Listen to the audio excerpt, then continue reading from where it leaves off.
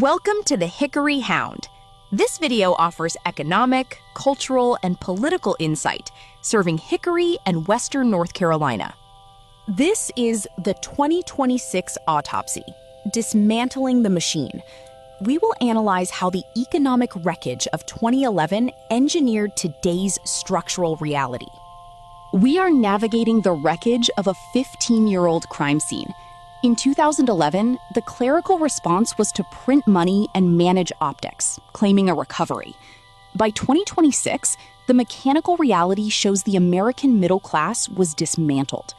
Our objective is a structural autopsy on how the gears were stripped 15 years ago. This chart illustrates the anatomy of systemic wealth extraction. The gap between asset price increases and worker income growth demonstrates systemic wealth extraction, not growth. Printed money bypassed the real economy, creating a mature Ponzi economy. The temporary crisis of 2011 transitioned into a structural reality by May 2026. The issues were never resolved. They were permanently monetized. National debt and housing affordability have surged, while labor markets show a rise in the working poor. Mechanism 1. The debt-addicted machine. From forcing the Treasury to scavenge pension funds in 2011 to normalizing multi-trillion-dollar deficits in 2026, the government has more than doubled its leverage against the future labor of the American middle class.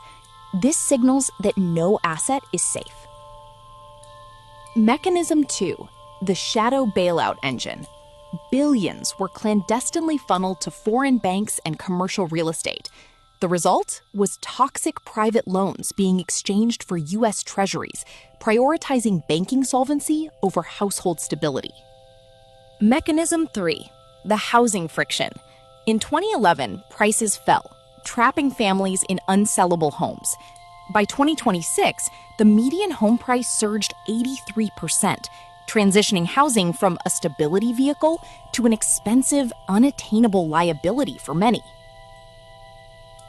Mechanism 4. The labor paradox.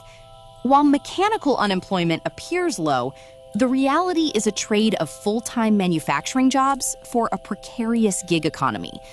Being employed no longer guarantees a living wage, with underemployment sitting high. The formalization of impunity is clear. Despite hundreds of billions in losses, there was a total dearth of prosecutions. Criminal behavior in the banking sector was formalized as a mere business expense. The middle class paid the fine with their equity. The next generation faces permanent debt bondage.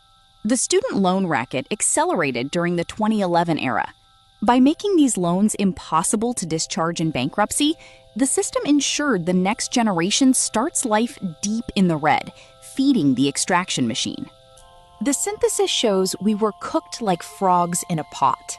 Debt manipulation, shadow bailouts, housing lockouts, and the labor paradox combined to create a wealth transfer where the top 1% captured the gains, leaving the bottom 50% financially brittle. We must move beyond the clerical delusion of waiting for a national recovery. Structural realism means accepting that the extractive mechanics of 2011 are a permanent feature.